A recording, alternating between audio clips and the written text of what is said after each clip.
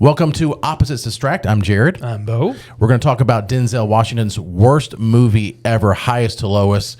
And we're going to talk about Terminal List, Season 2, Dark Wolf. Yes. And then Caught Stealing with Austin Butler. But let's get into Denzel Washington, the worst movie we've ever seen. I went with Bo. Definitely was. And that or the Coneheads. Back in the 90s. Remember that one?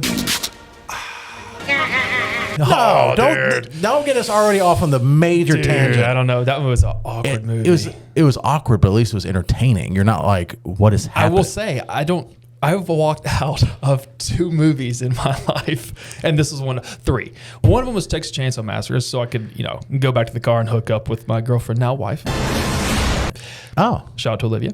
But then the other one was Denzel, and the one before that was, what was Planet of the Apes. The most recent one. Because Bo, before we started, Bo said, man, that's the only movie I've walked out of, the Denzel. I said, you walked out of another movie with me. Yeah. And it was when we had known each other for a while, but we were first hanging out. We just started dating. Yes, and it was hot and heavy. It was. But, we're like playing it cool at first. We're watching it. My son, Eli, was with us, and the movie is so boring. Oh, dude.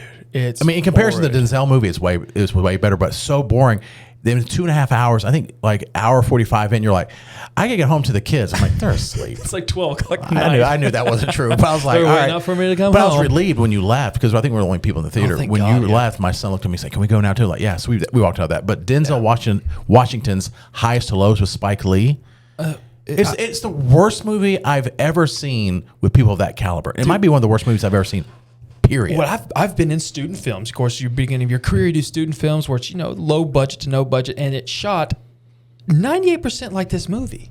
The acting, the writing, the deliveries. It was so caricature-y, but in the worst kind of way. It wasn't like cute. It was like, oh, they did no work for this at all. They just freeballed and like, we got 20, 50 million, whatever they had. Let's go spend it and let's go make some piece of shit. That's a bummer.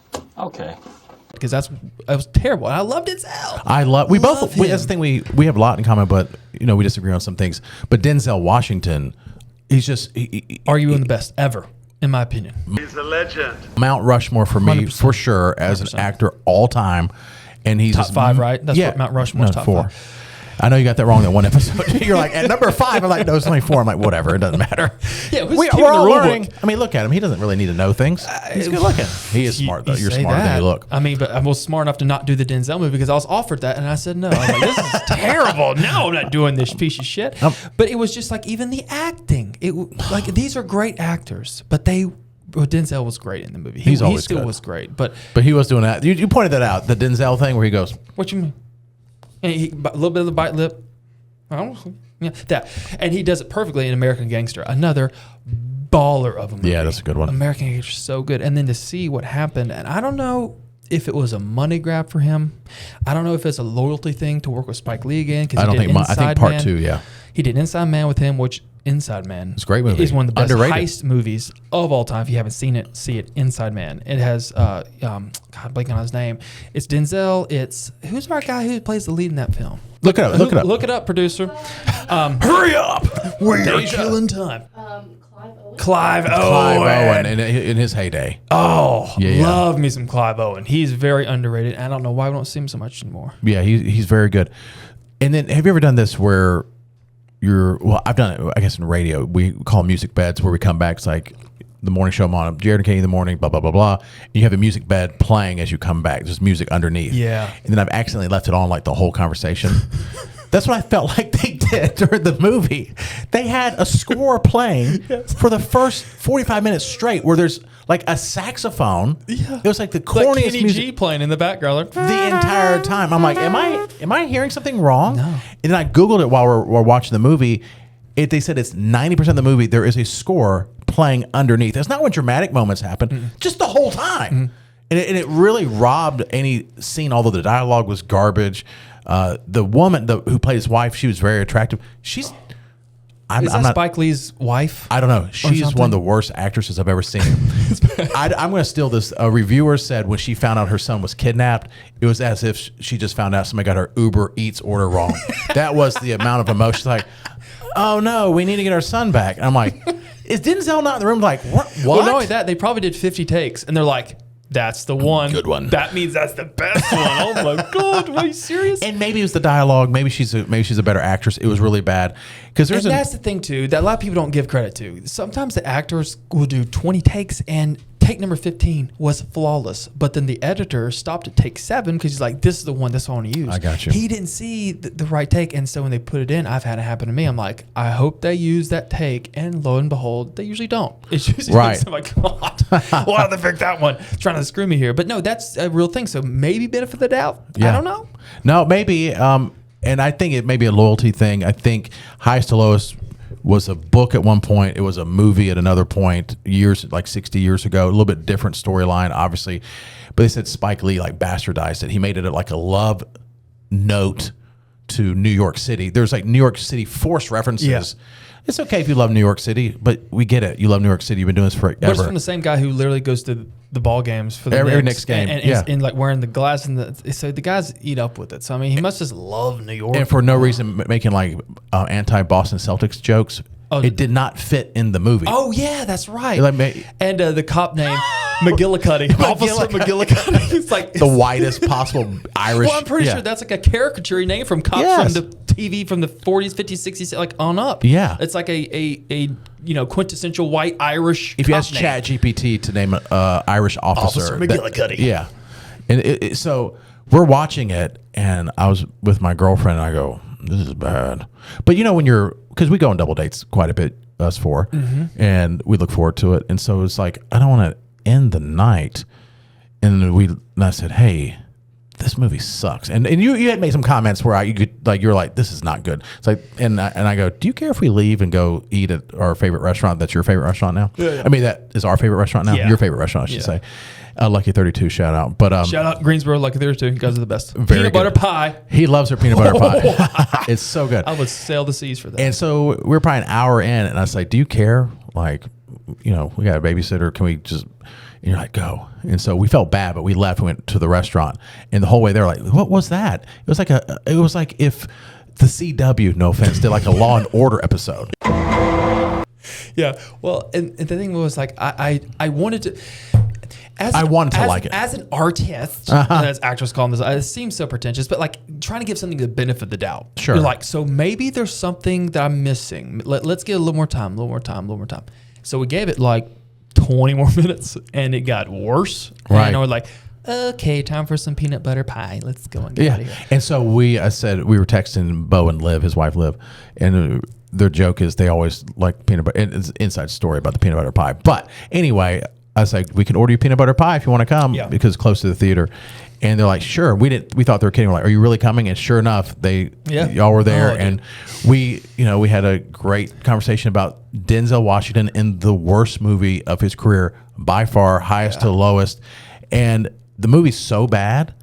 They released some numbers, but the first 2 weekends, they refused to release box office numbers, which is, in this day and time, kind of unheard of. Very. And the reason they gave... Unless you're Netflix. They say, well, we're going to be on Apple like in 2 weeks, so that's why we're not doing it. If the movie was huge, they would have. No, IMDb has it listed, and this is September the 2nd. IMDb has listed as grossing worldwide 1.5 million. I bet you Denzel got paid that a day, right, to be on that movie. So that should tell you, like, oh, they're going to take a bath in this. Oh, it's terrible. And I guess because he had street cred enough to get that much from a studio to put a theatrical release film that's so weakly casted and written that a studio just turned a blind eye to it because, hey, it's Spike Lee. He's not going to make a bomb. Well, clearly he's going to lose some power on this. In my opinion, he should, because you can't, you're only good as your last movie, right? And that's in everything. So, like, you have to kind of build, and to go back that far, oh, boy, I think it's going to hurt. I think I posted on social media that I saw the worst Denzel movie of all time, and then I was like, they need to take Spike Lee's cameras away from him for a year. That's his penalty for making this suspension hot pile of garbage. Highest to lowest. Don't waste your time. Now, I used to do this. I don't know if you did this in high school. Sometimes our friends would get together and we would purposely rent the worst possible movie and laugh. Yes. It's like cringe watch. They probably would call it like cringe watch now or something. I don't know if that's even a thing now. But we would... And it would always end up being some kung fu movie, and then the movies would end up being better than we thought. But we're like, let's find. Then we'd get the Steven Seagal movies, and then as he slowly moved further east in the world, every movie's like first he's in like L.A. and then he's in New York, and then he's in like Beijing, and then it would be like going from a legit co-star to the hot rapper of the day, be like Ja Rule. Yeah. But we'd get those just to make fun of them. Yeah. But so if you want to do that, High Solos would be one. Yeah. That you can really make fun of and just hate watch. One. Because I don't know if there's going to be no on the list for Denzel if you're trying to do Denzel horrible movies, because I'm hard pressed to think of one. I mean, there's a few that didn't do great, but like you got some of the best ever with like Man on Fire. Let's do your top 3 then. Oh, 3 to 1. Oh, okay. Well, you're my number 1. Number 3, maybe American Gangster. That's a good one. We might have the same top 3. Well, okay. All right, because I was going to say American Gangster for number 3. A true story, and then Frank Lucas is from North Carolina. From Greensboro. They said Greensboro, North Carolina, thing. But that's just such a well-done movie. My second favorite, and it was just because of, it was like Denzel to me just as a total bad A. That's short for ASS. Close your ears, Don't everyone. tell my mom. No, is Equalizer. I love the franchise. 2 is a little weak. 3 is great. 1 is the best. The Equalizer movies, it's Denzel. He's a former CIA type of operative. He's a hired assassin. He's retired. And then what's the girl's? Oh, she's such a good actress. Chloe. Anyway, she damsel in distress, and he gets revenge. And there's no one gets revenge better than Denzel. And I don't know. I just love the movie. Equalizer, number 2 for me. Inside Man, number 2 for me. Yeah, Inside Man. Shout out to Spike Lee, because we're not hating on it because we don't like you. We're hating because you put a piece of shit out. And right. He probably hates it now. Well, that'd be the hardest thing, dude. You make something that you put so much time, effort, energy, 3 years of your life, and then it's like, not even well received, but just terrible. And your final product's like, oh, they got to be shaking their head like they can't think that's good. No, and I think they've been around long enough that when it was an August release, they usually dump the bad movies at the end of August. They can. Beginning of August, maybe. Why do all my movies come out right around mid-August? Oops. And my shows. What the heck? Oh, speaking of this is kind of crazy. So this last week I had an agent contact me because they're doing this like this play run down in Georgia. If you know anything about me, I'm not a theater actor. I did one, and it was just it was not good experience. Yeah, because the first time I told you about my daughter loving acting, it's like, she's in musical theater. She's like, I hate theater. I'm like, well, I was trying to tell you about my daughter's play. That's fine. That's okay. To each their own. So anyway, I don't come from that world. But my agent's like, there's this theater company that's doing this Macbeth down in Georgia for 8 weeks, and they want you for Macbeth. And this is William Shakespeare. Like, this is his dialogue. If you haven't heard it or read it, you like, I need subtitles for reading it. Like, I don't understand what this is even saying. Right. And it's word perfect, and it's Macbeth, so it's going to be like, 3 hours long.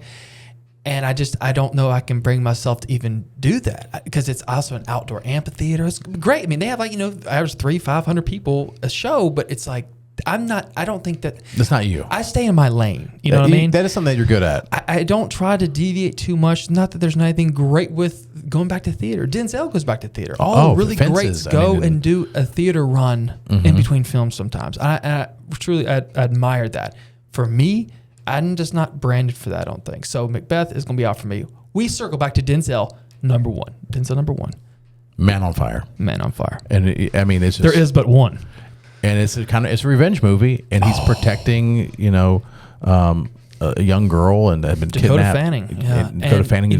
It was my favorite movie for the longest time, and I haven't watched it in almost 5 years because I had a little girl. And I cannot bring myself to watch that movie because I'm already like, I wasn't that emotionally available before having kids. Now I'm like, if I have a thought or hear a song that reminds me of my girls, it's like, whoa, which is great on set when it's like, we need you to cry. I'm like, done. Easy. Got it. But before it was a little more difficult, but I can't bring myself to watch that movie because I know I would just be wrecked. Because it's so impactful. Even when I was 18, I was like crying watching it. I can't watch it now. Well, no, and when it came out, I think Ava, my daughter, was 1 or 2, and so it does hit you a different way. You're like, I couldn't imagine. Yeah. And it wasn't his daughter, but it was still, he was protecting her. Do you have a movie that it shouldn't cause you to cry the way it does, but it does every time you watch it? Some people have like a certain memory of a movie, and they think about it, and it's like, on paper, this sounds ridiculous to cry over, but waterworks every time. I have one. Okay. I'm going to lead off with that, give you some time to think about it. Yeah, I'm thinking about it because no, there's a lot. I've cried in a lot of movies, but I'm trying to think of one where I wasn't expecting to. So my wife hadn't seen this movie, and this is like maybe 2 years ago. So we've been married almost 10 years at this point. I said, "Have you ever seen the movie Armageddon?" Oh yeah. And then she's like, "No." I was like, "This is going to make you cry." She's like, "What's it about?" "Well, it's about, a big meteor is coming to Earth and it's going to blow us all up, but then some oil riggers have to go up and drill a hole and drop a nuke and get back home." And she's like, "I promise I won't cry during this." I was like, "I bet you will." It sounds so and stupid. dude, I swear, when it got to the end, when Bruce Willis got, he's got dementia now. We love Bruce Willis. Mm-hmm.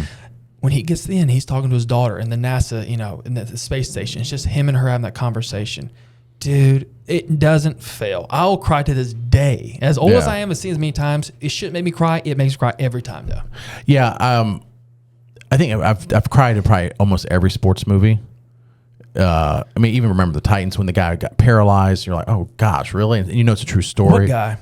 So you did not pay attention. The white linebacker. No, dude. Yes, that's not what happened. He did get paralyzed. You want to put money on it? No, dude. All he did was he got like a little bit of a neck sprain. No, he was paralyzed, fine. and But he learned to walk again, didn't he? He never played again, and this is a true story. Strong side, weak side. Remember those two? I do. The linebackers. I'm being facetious. I think you forgot, and then halfway through you're like, "Oh, he's right." So I'm gonna play it. I'm gonna play it off now. 1,000% did. You forgot for a second, but Les Mis, the movie. I know it's totally outside of your realm, but What huge, does that mean? No, I don't think it's something you'd want to watch. Les I've Mis. seen Les Mis in theater the opening week when it It's came out, actually and I've bad. watched it twice since I've been in my house. So yeah, I've watched it. Yeah, 3 times. Les Mis to me is the rare musical that's better as a Good. movie Yeah. than a play. Yeah. Play is kind of hard to understand when you're. It's hard with the accent. Anyway, I thought the movie and the casting was great. There was some blowback because Hugh Jackman is not like a super strong singer, but at the end when Hugh Jackman's towards the end of his life, his character.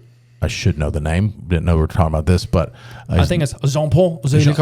they're all like Jean-Paul something. Yeah. And he is talking about his son, and he's like, "Let him live." Let him live. And he sings this song. He's crying and all stuff. I'm just like, Yeah. oh my gosh. Yeah. Like No, I think is watching a musical, I'd be Well, the in Greatest tears. Showman, that Yeah. he did, also too kind of has that vein. I think he's a great singer. I think he's super talented. He gets the job done.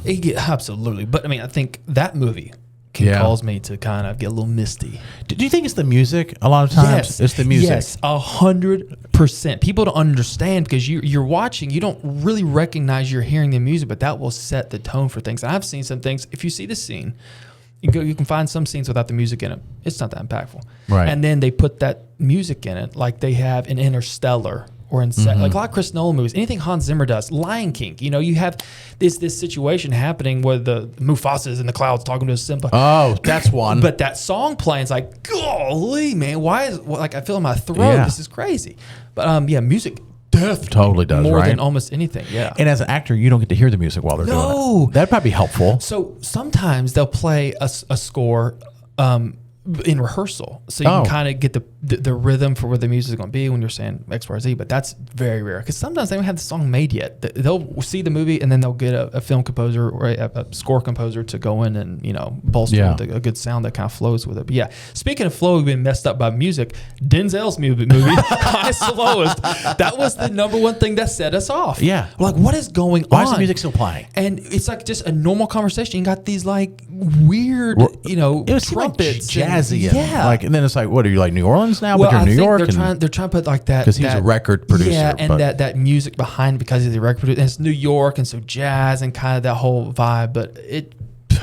Yeah, Highest to Lowest, I guess the general premise is that Denzel's kind of not a washed up, but kind of aging record producer. But like he's had 52 Grammys, and then anyway, he's trying broke. he's Basically. he's trying to get money to buy the record company because they're about to be sold and they're going to lose their soul and all blah blah blah. We don't call this spoiler alerts. We call this warnings. Yeah. You're welcome. This is why you don't need to see They it. don't see it. And then his son, who's like 17, and his friend get kidnapped, although the son didn't really get kidnapped. Anyway, it was the friends. yeah. And so the dilemma was, do I use the 17 million to get my friend's son back or do I buy the record company? Anyway, so we walked out, so we didn't finish it. I have no idea what happened. I read what happened. What? Apparently there's a woman at the end, like the everyone's fine, the kids and all the stuff are fine, the teenagers.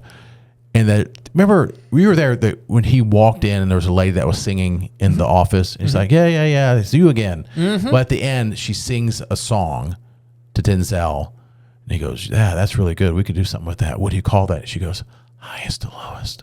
Oh. Like, no one dies. There's no blowing up. The kids are fine. It's like, no one blowing up? They think explosions are funny. I don't want to watch it. What kind of movie is this? But who cares? Like, who cares that, like, who cares? Yeah, no, that's a weak-ass story. I don't know, again, I don't know who greenlit that. And it could have been fine if they didn't mess up the music and they had better supporting cast. It could have made, it has a premise that's not bad. Yeah. It's not bad, like, the dilemma part, but the execution was I know horrible. we're all over the place, but the more scores about like a Gladiator. I was just thinking about that. You know, the Gladiator soundtrack. Yes. You know, that soundtrack to me again is like you almost can't listen to it just on its own. It will make you tear up. Think John Williams, the greatest movie composer of all time. We did disagree on that. I think Hans Zimmer. He's good. John Williams is the GOAT. I mean, he is. I mean, you got Harry Potter. Dude, hold on. Like you got Indiana Jones. Of the podcast, we talked about this. Indiana Jones. I'm just saying. Our I'm reminding you. listeners are getting bored. Indiana Jones, Jaws, E.T. I mean, there's no one more prolific. I mean, Danny Elfman are probably better than Hans Zimmer, but okay, nerd. Yeah, but I only know Hans Zimmer because he's in all Chris Nolan's movies. No, but he is in my opinion the best. But the movies are different. Superman. The movies are different without those scores for sure. Yeah. Well, we saw like a rendition of his music live, like a live orchestra. Yes, it was amazing. And it's fun because you recognize it all. Yeah, and again, chills like music. But that's a rare thing I hear. I hear like it's actually a not a disorder, but for people to experience goosebumps when they're listening to music is not common. Okay. I didn't know that. That's very uncommon. And there's like this study coming out, like if it's almost neurodivergent or what it is, but it's something that's not normal. And if you do experience that, it's like you have a really high intelligence and a big old hog. Yeah. That's why we always have goosebumps when music, even if music's about to start playing. Oh boy, here we go. Hogs, get ready.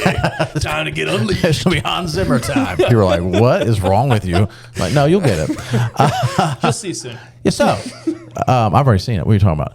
So Terminal List season 2 is a Chris Pratt vehicle. Pratt, Taylor Kitsch, which is just amazing. Season 1 was phenomenal. Pratt led that one. This has been his baby, right? So the director of this TV series was the director of Training Day.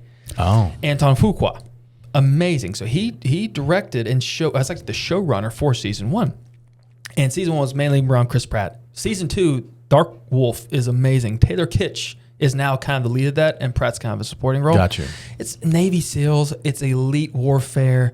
It's the badass masculine dudes being dudes and espionage. And they've spared no expense on like the sets, the explosives, everything is so real. So much so that I was listening to Chris Pratt talk about like the detail they went on to make sure that the weapons were exactly right, because people who are actually in that community are very particular and they have a great eye for, that's not the scope we would use. Right, That's okay. not the rounds we would use, whatever. And it's funny, I didn't hear that until after I saw season 2, episode 1 of Dark Wolf, because I looked at Liv and I was like, that's actually the guns they use. It's HK416. It's got this, SOCOM suppressor. It's got all these details. And then I heard Pratt a couple of days later say, oh yeah, we put so much time into this because people recognize that. And you can tell the attention to detail is the polar opposite of highest to lowest. Don't see it. And he was on with Bill Maher. And Bill Maher apparently has a cameo in season 2 at some point as like a being Bill Maher, like either a news reporter or an opinionist. And so, because he was like, what am I going to say? Because in the episode, he said, I don't think he has the, what do you call them, the sides or the script, I guess. Yet, but apparently he's going to be in an episode at some point opining on what's ever going on in the show. So just ad-libbing probably. Wow. Yeah. He's great at that. Bill great at that. Like whether you agree with him or disagree with him, I find if you watch him enough, you'll at some points agree with him because he has a lot of common sense stuff. If you can't listen to someone and agree with him at some point on something, that seems like a you issue, right? Like most people are 90% the exact same in the thought process. I find most people, they just want to be happy, healthy, whole. Their family's great, safety, all these things. But there's the small, minority that is going to disagree with Bill Maher or whoever you listen to, Tucker Carlson, all these guys who be very divisive in their political views. But again, if you can't agree with someone on at least 1-2 things, that's a you problem. Probably. And then if you can't listen to somebody because they don't agree with you 100%, that's That's kind of And in that's a fact, big I problem. like listening to people who disagree with me. You Right. know, I like people from film reviews to whatever. I like hearing your opinion on things because that reinforces my opinion. If I need to change it or if I need to, okay, you actually, get more I'm information. right. Yeah. I'm more enforced in my belief, whatever it is. Yeah, sure. So- So Terminal List, you'd recommend, and it's on. dude. That's an app. Amazon. Amazon. Okay. Yeah, and this was a top tier show for sure, up there with the Dexter season 2. The new season came out. Yeah, I think it's called Resurrection. Oh, I saw that. So I saw. It's probably a trailer for it. No, I saw because there's been several different ones. Yeah, there's one that came out like 2 years ago. I saw that one. Yeah, that was a different. It's like a prequel. name. Yeah, Yeah. it was a prequel. But see, the first show me and Liv binge when we got married was Dexter, and I think it was 8 seasons. I love Dexter. We got obsessed with Dexter, like obsessed. And so now that he's like coming back and he's in New York City, I'm very intrigued. I've only watched the first episode of it, but I'm feeling it. But it's Terminal List, but it's not similar to Dexter. No, Oh, you're saying it's the same as it's on. Okay, I got you. It made you think of other new shows coming out. Yeah. Okay. Other new shows it's not as good as Dark Wolf. Dark Wolf is better than Dexter, in my opinion, right now. Dexter's the only drama I've binge watched 3 times the full season. I don't ever do a comedy. I'll watch the same one over if The Office or something. Yeah, Dunder Mifflin. I have the same shirt. I wish I would have known. What a coincidence. I should have came in and spilled the beans or the chili on the floor. funniest episodes So ever. great. This is a great show. That or the mystery party that they had that everyone has, like they're playing a game to see if they're going to be retired, be fired, and then they're all in there playing this game, murder mystery, Now, shall we get to the mystery? and then Oscar's like, "Need beans full," like whatever he was talking about. You know It's so funny. I got no more. Wow, God, what did he say? I don't know. This plantation, we're having problems paying the people who give us the seeds and the dirt. We can't pay them. Michael, Can't remember. So funny. There's a million good lines in The Office. Yeah. The Office to me is the greatest comedy of all time. Yeah. Show wise. Yeah. And sometimes, show wise, because I mean, you could have the Seinfelds up there and no, I Seinfeld, don't think so. Curb Your Enthusiasm, Definitely not. Friends? Not. Are you kidding me? Alf. Alf is number one. Or What was Xena, your Warrior favorite Princess. That's not sitcom? comedy, but still. Sitcom. What would be your favorite? Home sitcom? Improvement was good. elite. It's Saved good. by the Bell was the GOAT. But Saved by the Bell does not stand up. No, it doesn't. And you know, I met Screech, right? I hear that Dustin you did. Diamond. He came to the radio station years ago. He was promoting his stand-up in High Point, North Carolina, in some comedy club. It was in a hotel, and he was like, "You guys are gonna come, right?" And I was like, "Yeah." And I was like, "Well, actually, we will go." We went. There was 14 people there. Oh, I mean, I'm not like saying, "Oh, there's only like 4." No, there was 14 people there. It was like a new comedy place that shouldn't have been. And he was actually really good. He didn't care. He just went with it anyway. That's good. Then afterwards, he was like, "Where y'all going?" And we're like, "Home." I was married to my first wife at the time, and he was like, "No, hang out with me tonight." And I'm like, "This is kind of like my Doogie Howser, Harold and Kumar moment." That's great. Can we get going? I'm bored as shit back here. yeah. I don't know, where they hung out. yeah. They're like, "You're Doogie Howser," and they're out with him every night, all night. We were with him at Carolina Diner in High Point, North Carolina, until 3 a.m. And then he hit on one of Heather, my first wife's friends, who was single. Like, "Why don't you come up with me?" And she's like, "Aren't you married?" He's like, "Yeah, so." And I felt, and he claimed, Dustin Diamond claimed, he came out with a sex tape. I know you watched it. Screech had a sex tape. Screech Skeets is the name of it. Screech Skeets. There we go. Saved by the balls. No. I was trying to get spit tape. Wait. Anyway. Does he really have a sex tape? He does. Have you seen it? I've seen a clip, and he said, Yeah, you have. He said, It's "You'll never background see on your phone." You said you'll never see my face and my downstairs in the same shot." He claims he did it for publicity, which I do believe because he was really struggling. And he said he hired a stunt. You know what? He hired like a porn actor to come in to make it look bigger, and so he's not actually in. He's not having sex with these women in the thing. Look it up. That's a He total told. Well, lie. I don't know if you can look it up. He told me that at So Screech was loaded down below is what you're saying. He in looks the like video. a porn star? But he said it wasn't his though. Really? He said, "You'll never see my face." We'll make sure in post we'll put a clip below us talking to show what we're talking graphically. about. Don't put a bar on it. Don't censor it. Deja, Wade, and Jen are awesome producers. Awesome producers. But That's no. why this looks so good. It's because of them. It's nothing to do with us. But Denzel, Screech was basically the same. It happens all the time. Dustin Diamond, Denzel, you know how confusion. like depressing it would be, honestly. to be on a show like Saved by the Bell. Yes. And it be a worldwide phenomenon. Right. And it runs for a long time. And you're always the butt of the joke. Yep. And you're getting paid nothing because they got paid almost nothing for that. How they signed their contracts is a whole, I heard Zach. I call him Zach Morris. I heard him talking. What's his real name? Look at that picture. He has a name. He has like 3 names, I think. They were getting paid like nothing. And then from there on forward, you're always that guy. Mark Paul Gosselaar. Mark Paul Gosselaar. Yeah, everyone knows that. Dylan Everett, which I don't know. No, it's Mark Paul Gosselaar. Dylan Everett's a try-hard. He probably did like the prequel or something. Not the same. Not my Zach. I'm getting sure it says not in my Zach. Mark Paul Gosselaar. Yeah, he actually made a career out of it because that could have been hard. Elizabeth Berkley made that disaster of a decision with Showgirls. Now it's a cult following. People love it because it's so bad. And maybe this highest to lowest, maybe that's what they're talking about.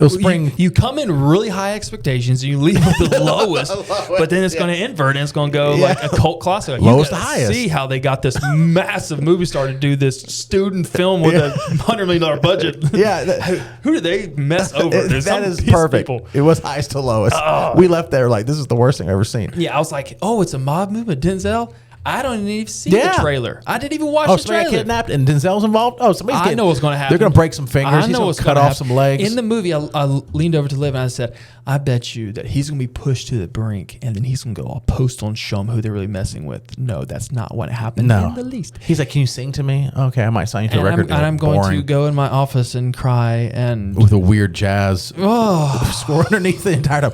Go watch it. Go watch it and put in the comments how bad it is or what you thought about it. It's like, you know how music can like ruin the mood like entirely. Like sometimes you're at a party and you have good songs on and all of a sudden some like just terrible song. It kills the music. It kills the vibe. And people are like, what is going on?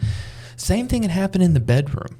So let's discuss. Have you ever had a song come on in the bedroom? It's like, I got to get up and change that. That's not the right vibe. I've had our radio station on while doing it. Yeah. At the station? Y'all hear that? At the station? No. At home and not even thinking that it was on. You're listening to yourself like, man, I love this. Then all of a sudden, somebody I know, Tripper, who's our night guy, it's like, hey, it's Tripper in the Freak Show. And I'm like, oh, that ruined it. Because I know him. You know what I'm saying? It's like he's in my bedroom now. I could see that. That was bad. So now it's all. I can see that. I mean, if my phone's on shuffle like Spotify, there's no telling what's going to come up. And so sometimes it's like, I need to change. Do you have a go-to playlist? I do actually. I mean, that you tell like, or you have one already? You have one actually made? Yes. Oh wow! I'm not joking. I'll tell you. While you're looking it up, I always just say at that time I would say play 2000s R&B.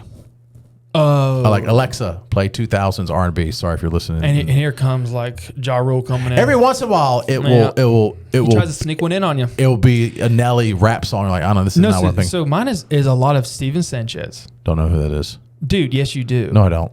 Yes, you do. Don't play it because we have to pay for it. I did for a second. No, Steven said Teddy Swims. You met Teddy Swims. I love Teddy Swims. Okay. That's a good one. Yeah. So like a lot of that kind song of stuff. Bet on Fire. Yeah. So it's a lot of some Sabrina Carpenter. I love me some Sapcar. Love Sabrina Carpenter. Deja, her new album came out, by the way. We're talking to Slay Queen. Deja. And he was trying to fight that he wasn't more gay than me. I love Sapcar. If you knew my wife, you'd understand because my wife don't looks blame her. and acts just like Sabrina Carpenter. You know who I've met before? Sabrina Carpenter, and she was super nice. When she was like 4. She was. That doesn't count. She wasn't famous. She was 17, and I remember Jason's like, "Oh, that I work with, like, she's hot," and then somebody's like, "She's locked 17." him up immediately. He was like, "Oh, she's like talented." Oh yeah. Because he's like, "No, but she will be. She's very talented." Taylor's very talented. It's kind of like people who played when Michael Jordan played. They get lost a little bit. But they still have a Hall of Fame career, and you can appreciate them like a Charles Barkley or a Patrick Ewing. It's a good analogy. Sabrina Carpenter is a victim of the Taylor Swift phenomenon. Yeah. If Taylor Swift did not, like a Kobe, didn't exist, like she would be the biggest pop star outside of Beyonce. You know, but like pop star like that's similar to Taylor Swift as far as age and everything. But it's a long run, and Sabrina Carpenter, it was her second album. And she's already doing what she's doing. Me. I'm straight. I don't know. Yeah, come from the guy who wants to talk about Taylor Swift's engagement. Hey, the biggest story. No, I was talking about Travis Kelce's engagement. Underwear. I was talking about Travis Kelce's News reports engagement. come out. He doesn't even know who Travis Kelce is. He thought he played soccer. I know Travis Kelce is because he's in the Happy Gilmore movie. I'm gonna do what you do when girls lie about knowing sports. I'd be like, "What? Who does he play for?" You would know the Chiefs, but I'd be like, Dude, "What number is he?" 87. My man, you were so gay. Yeah. You're so gay like I'm me. just trying to keep it real, man. I gotta have some street cred. People talk about football. I'm like, Yeah, you're like Travis Kelce's awesome, man. Sundays are cool. How's the team gonna do today? Well, you go out there and you give 110% and you want to play good and, you hope you play good. I think we played pretty good tonight. And really, I'm like looking up IMDb facts like, oh my God, they casted Jason in that role. Yeah, his brother's not a good actor. I did a sports podcast today, so when you were doing that, it made me laugh because you can tell when somebody's BSing in sports. What do you mean? No, I just did my sports podcast today. Oh, yeah, I don't know anything about I can sports. totally...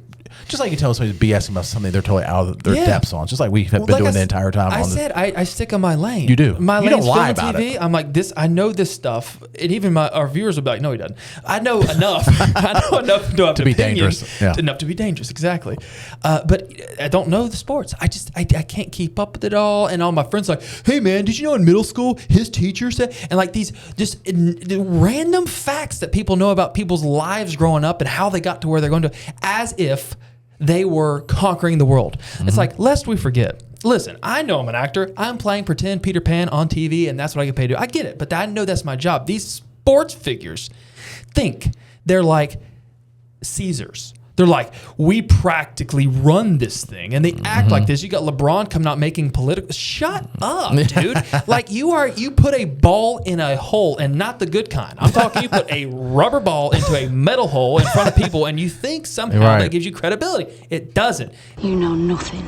No one cares. No one wants to be preached to, and I just don't. I can't keep. I don't up from with it all. anybody. Yeah. Well, exactly. I don't from Politics. anyone. I mean, from actors and or athletes, Absolutely. they can have their opinion, but don't preach to us. It's obnoxious. It like is. you're just going to irritate fans, and you're going to divide the population more than it already is. Just shut up and put the ball in the hole or in the net, and that's what I respect about like a Ronaldo. Cristiano Ronaldo, Messi, Michael Jordan. Like the true greats don't have to run their mouth about what they think about things because you know what you're good at. So going back to me, I stay in my lane. I don't deviate, and so I don't know sports because. But you do. You like MMA. I know some of the fighters, but even people talking strategy or like their moves and stuff. Like I have no idea. He did a rear naked choke. You're like naked I choke. know what I like that that. Naked. Hey Jared, I know rear naked and choke. Who wants to get put in a rear naked choke? I definitely know that move. That's the first movie you're in, wasn't it? Rear naked choke. I think everyone's first move is probably rear naked choke. No, I'm saying that's your first movie you were in. Rear naked choke. You weren't supposed to talk about that. Sylvester Stallone got started in porn, right? I know. It's a softcore porn, apparently. Yeah, I haven't seen it. I've seen the clip. Could you imagine him in a video? It was. Hey, yo, roll over. He's like, jeez, can you just not talk? He's like, oh. What do you mean? It is, and that came out in the 70s, and he still was able to parlay that into the Rocky story. We may do some other time. We've talked a little bit about before, but that's how it got written. It's like a lore or how it got around that sold now. and all that. I mean, there's a whole lot. It's a really cool story, but Stallone probably glad he didn't. That's like his version of Showgirls. Yeah. I mean, he wasn't famous before, but like that could have been really, really bad. He's also in some weird racing movie before Rocky. Never seen it. But anyway. It was got to start somewhere. So, if porn's it, then good luck. Now, Austin Butler, your favorite actor, you've said that off the pod. You made some of those roles. Only because I will quote my man Denzel. Some actors tend to get the frequency that they need to be precious about things. Yeah. And in this comes this lure of method acting, which all it is you stay in character between takes and sometimes in your trailer at home until the shoot's done. Could be accents, could be whatever. Daniel Day-Lewis, he'll go and sleep in the woods for months to prepare for Last of the Mohicans. That's what he did. And he only ate what he hunted and killed with a musket. I didn't know that. Yes, it's insane. So you can, but it's his process. But even him himself says, like, whatever gets you to that point that you're performing great, do it. Fantastic. Austin Butler, with this whole Elvis thing. I couldn't unhear it, and I couldn't get over it because it was not just in like the month after with doing interviews for Elvis or the year after or 2 years after. It was a continuous thing where you can tell when people lower their voice manually. It's like, I could. It sounds artificial, right? So when I'm seeing someone trying to portray real things happening, and I can instantly tell you're being artificial with your voice, not just an accent, but like a pretentious masculine driving your voice deeper to sound more intimidating. Zac Efron does this sometimes because you can catch him in films. The same with him, and I couldn't get behind it. I saw Caught Stealing. Mm-hmm. I was floored. He was great. Amazing. He redeemed himself as far as I'm concerned. He is a phenomenal actor. Phenomenal. And he had a little bit of Elvis, but it was gone for the most part. And he still had a little Elvis to him. A little bit, yeah. He still hasn't shaken. He's like, he's going like a therapy and speech therapist to get rid of it. Well, Jim Jeffries, you might not be familiar. I know you love stand-up, but Jim Jeffries, he's Australian. You've definitely seen him. He's had a lot of specials. He sells out like arenas. But he has the most recent Netflix special called Two Limb Policy, which basically he will meet you after the show if you are missing 2 limbs. I mean, it basically says you have 2. It's somebody in his family, I believe, was disabled. And so then he said, no, I always will meet anybody. But he said, but disabilities could be, not that you have to be missing limbs, but maybe you are missing a limb, but then you also have some disease or disorder. He'll meet you. Okay. But anyway, that's why it's called Two Limb Policy, which I thought was interesting. But he has a joke in there about Austin Butler, and he's like, "Really? You're still doing that? You can't shake Elvis 2 years later." Yeah. And they said a reporter said, "Hey, you're still talking." And he's like, "I am.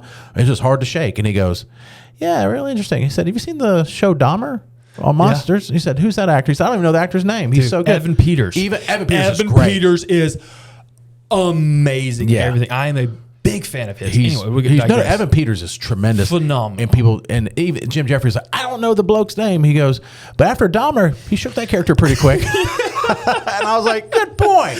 Like, you're trying to be sexy with Elvis or whatever. Yeah, that's what it is. I don't know. Maybe he got in his head. I don't know. But it seems odd. But yeah, again, even for 2 years, let's say you were Elvis and you stayed in Elvis's character and you went to your hotel room and you wrote Elvis songs and you channeled Elvis. I hear all these crazy theories about that. You need to stop.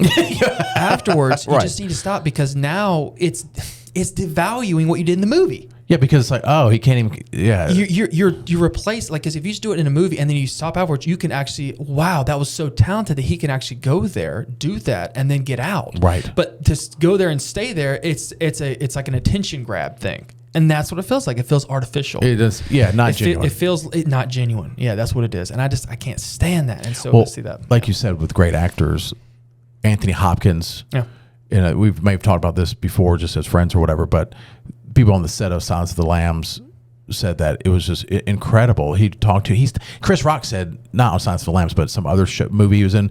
He said they're talking about girls, and as soon as the camera. Or women, and as soon as the camera started rolling, it's like he just turned a switch. His eyes changed. They said Silence of the Lambs. Yep, his eyes changed, and he became Hannibal Lecter. He's like nice Anthony Hopkins, and they're like action or whatever they say. Yeah, and it's just his eyes change, and then when it's over, he's right back like to a shark. Like he's that talented. That's what I was going with Denzel earlier. Was that Denzel said, "Stop all that precious nonsense. Yes, stop all this it's the hardest job in the world, whatever. No, hard job is getting shot in the face in the Middle East. That's a hard job. You know what I mean? Like stop." And this is Denzel saying this at a round table with a bunch of other actors, like a bunch of self-precious actors from some of their work. You can tell, And so to hear him say, I was like, come from him.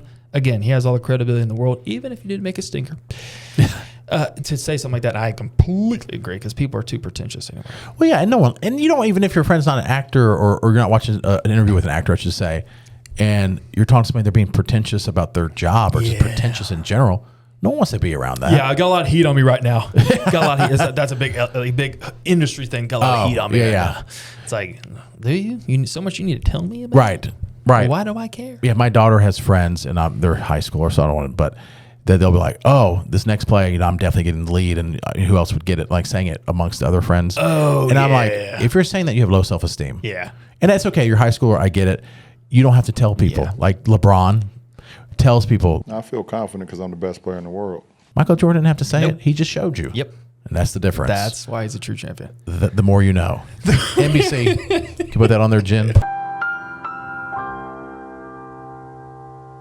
That would be I great. think we gotta go. Yeah, we gotta roll. We're done. We've done too much of this. We've done already. way too much. That's blows. That's spit on the table. Thanks for tuning in. Yes, and subscribe wherever you get your podcasts, and we're on every social media platform. Yes. Thanks. Thank you. Thank you. No, thank you. Thank you. Thank you. Thank you. Thank you. Good day, sir. Good day, sir. Our improv game is play strong. that game? No, I don't. I'm not Okay, trying to then play let any go. of this. I'm trying to be firm. That's what she said. Wait.